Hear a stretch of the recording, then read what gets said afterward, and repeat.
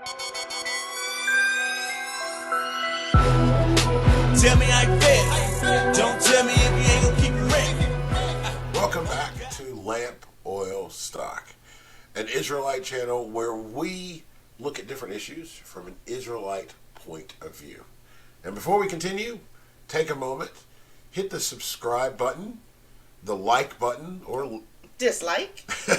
either one of those. Let us know that you're out there, and thank you all so very much for taking a little bit of time to listen to our video today. So we got another topic.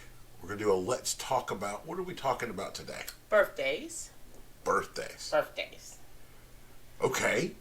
So what part, so we're talking about if we can celebrate them. Right. Can we celebrate birthdays? And the reason why this question is coming up is because, well, I celebrate birthdays. Right. And I see a lot of videos from different Israelites who say, oh, no, you can't celebrate them. You can't celebrate them. And every time it's right before I celebrate a birthday, I get nervous because I know that there's so many people who say, I can't celebrate them. But, you know, one of the things I fear is, as the Bible says, going to the left or the right. Right. Adding to or taking away. So I always go back through and research birthdays, and I'm really tired of doing that every year. Well, you know, the issue is we've got a lot of kids with a lot of birthdays. Right, so, you know, now I can just watch this video every year and say, no, you're good, you can do it. Unless, of course, somebody is able to prove through Bible verses in the comment section that I'm wrong and I can't. Unfortunately, you won't get the $20 that I say I'll give my kids if they prove me wrong. Yeah, that's a challenge that we have going in the family. Anytime someone finds some proof of something that we've got incorrect in the Bible, we fork over $20. So it's just a little incentive to have them, you know, testing and challenging us so that they can learn for themselves. But anyway, we have 6 kids, and right now we have a birthday in September, October, November, and December. Yes, we have them yes, we cover most of the calendar. So it's great because it gives me more opportunity to eat cake and ice cream and not feel as bad about it. But wanted to talk about it a little bit. One, because I'd like to hear other people's views. You know, maybe I am just wrong, and I want to have your thoughts on it in, you know, a nice way, but you can say it in a mean way too, because you know, life is too difficult to worry if you're mean to me. But oh my goodness.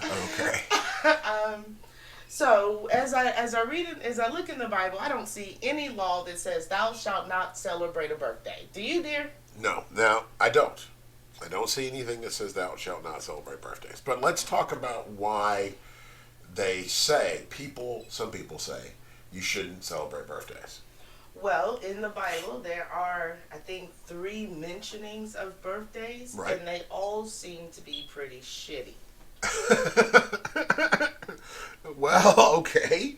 All right, so let's see. One of the first ones is Pharaoh's birthday. Okay. Now, that's with Moses, and it's in... I don't remember. It's in Exodus. And I don't remember which the first one is. Well, I just know that they're just shitty. They do some horrible things. They commit sins, and it doesn't seem to end well for, you know, people that are not them. But on the upside, okay, that's all I have for that upside. Now, well, the issue is there are several figures. We've got Pharaoh's birthday is mentioned. Okay. It's a calendar marker. It's like, and on his birthday, these things happened. Right. All right, and then we also have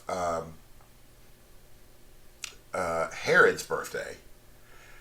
during the time of Jesus, and it's also a calendar marker. At this time, these things were going on. Okay. Right, and I believe Job's children. Now that one's not a calendar marker. That's just that's what they're doing. So Job he's worried about his children, and he's in the midst of a prayer saying, I don't want them to sin, I don't want them to do whatever, and I'm going to pray for them just in case. And he sacrifices stuff. Right. Just in case they're doing bad stuff. Now in the Bible, I don't think it says that they're celebrating a birthday. It just says that it just says that they're celebrating. Right. But if you read the Apocrypha or Septuagint, one of the other books out there, it does say that it is a birthday celebration that they're celebrating at the oldest son's house. So that is the third mentioning. Yeah. But on the other hand, there is nothing that says, and I'm going back to this, thou shalt not celebrate a birthday. So let's look at some mentionings where it seems or appears that maybe people were celebrating. Because one of the things it says is that I hear some people say is that this is a pagan ritual, that Israelites never celebrated birthdays. Right. So I'm going to go back to, now this is before the Israelites was created, so I don't know if this one really counts, but if you look at the story in Jasher, where we're talking about Nimrod and Tara. Well, we're actually talking about Tara, but Nimrod's there. Well, yes. Nimrod's the king of at the time, but we're talking about Tara. Right. And Tara gives birth to Abram. Well, hold on. Tara's wife. Oh, okay. Tara's the father. Tara's wife gives birth to Abram. That's correct. And in the book of Jasher, chapter 8, first verse, it says, and it was in the night that Abram was born that all the servants of Terah and all the wise men of Nimrod and his conjurers came and ate and drank in the house of Terah, and they rejoiced with him on that night. Right. So the night that Abram was born, they got together and they celebrated his birth. That's right. Okay. That would be celebrating a birthday. Now my husband says, but wait a minute. Nimrod and Tara were evil people, so can we count what they did? And I say, well, yeah, because Nimrod and Tara did not start off as evil people. Okay. Now we can split hairs and say at this time Nimrod was evil.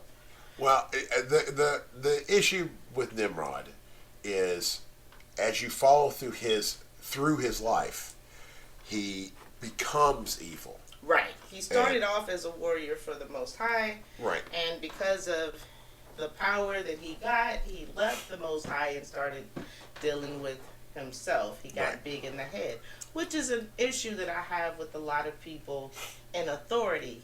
It's not that people don't have authority or shouldn't have authority, but if they are given free reign to do and say whatever they want to, then a lot of times they'll start following their own paths instead of following the one of Most High. Absolutely correct. Anyway, and this is before the Tower of Babel. Right. Yeah, we're prior to before the Tower of Babel, where Nimrod clearly has lost his mind with everybody. You know, he's led everybody astray at that point. But this is well before that, when Abram is born. Well, at this point, Nimrod has gone bad, but Terah has not fallen into the spell of Nimrod completely. Because, of course, we know that Nimrod tries to kill, or wants Terah to kill his child, Abram, because of the prophecy that comes with it.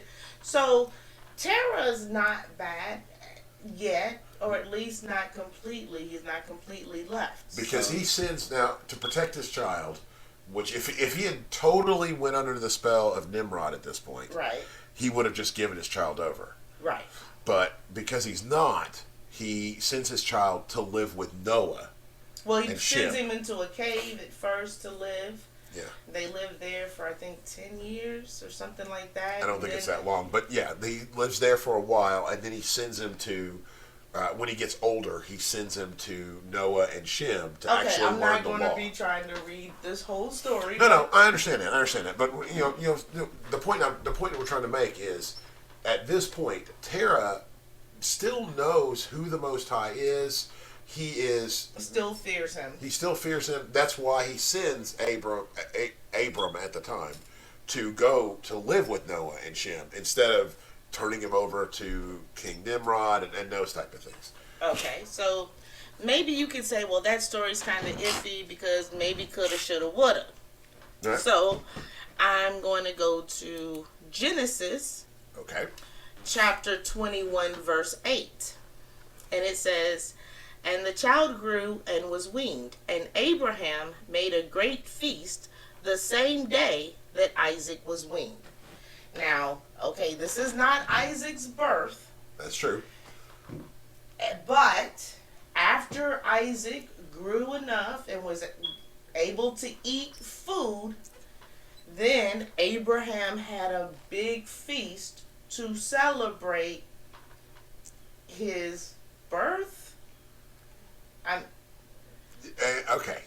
We don't know the day exactly, but yes. I mean, this is to celebrate his child. Right. I mean, we don't have to, was it the actual day? We don't know because it doesn't say that. It doesn't say on the day of his birth he did this. So that part we don't know. But we do know that there was a celebration to celebrate the fact That he had Isaac. That he had Isaac. That's correct. So, I disagree with birthdays as far as making wishes. We don't do the candles on the cake and making a wish because we don't wish, we pray. That's a whole and that's a different issue. How you celebrate the birthday, or how the celebration takes place, that can have all kinds of problems. Right.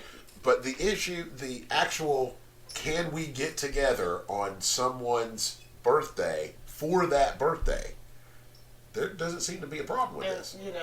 Like I said, I have 6 kids. I love all of my children. I'm very happy that I have all of my children most of the time.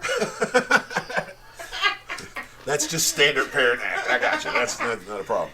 And because I have so many, and life being what it is, you don't always sit back and go to each child and say, "Hey, you know what? You are special to me. You bring me joy. I love you." So on the birthday, around the birthday, because we never celebrated on the day. It's just, we don't. So sometime around the day, I like to take that time and fix them what they want to eat, and just throw on a little extra attention and let them know that I see you, you are special, and I love you. Just on that day, though. Oh my goodness! But no, I mean, according to the law, as we kind of get back to the actual subject here, according to the law, nowhere does it say you cannot celebrate a birthday or you cannot have celebrations. You can't have a celebration to celebrate a person. To celebrate as I'm saying, to celebrate your child. Right. The issue is how, in some cases, how those celebrations take place. Right, what you do. Because some people, they have their birthdays and they go crazy. Right. Well, we're Israelite every day, all day. So there's none of that sinning going on in any celebration that we have. But there's also excuse me, what was I going to say? I lost my train of thought. So you talk. Okay. Well, I mean, I can still continue to cover this. What you were saying was it's how you celebrate the birthday. We're under the law. Our goal is to always be celebrating the Most High. That is the point, to be worshiping the Most High. This is an excuse for a group to get together, and we use it as an opportunity to celebrate our child along with the Most High. He gave us the gift, and that's what we celebrate, the fact that we got. I remember what I was going to say. There is a part where in the Bible it says that you should mourn a birth and celebrate a death, or vice versa, right. Something around in there, kind of. and that is not dealing with, I don't believe, if you can celebrate a birthday. It's more so dealing with that life is hard, and when a child is born, even though I may be extremely happy to have this life come into my purview, you know that it's coming into a world that is so evil, and that it's going to have so many trials and tribulations to go through. But when a person dies, all of that is over. So that is just a way of looking at the world that we're in. But if you just think of the world in, well, gee, since you're here, everything is horrible. How do you live?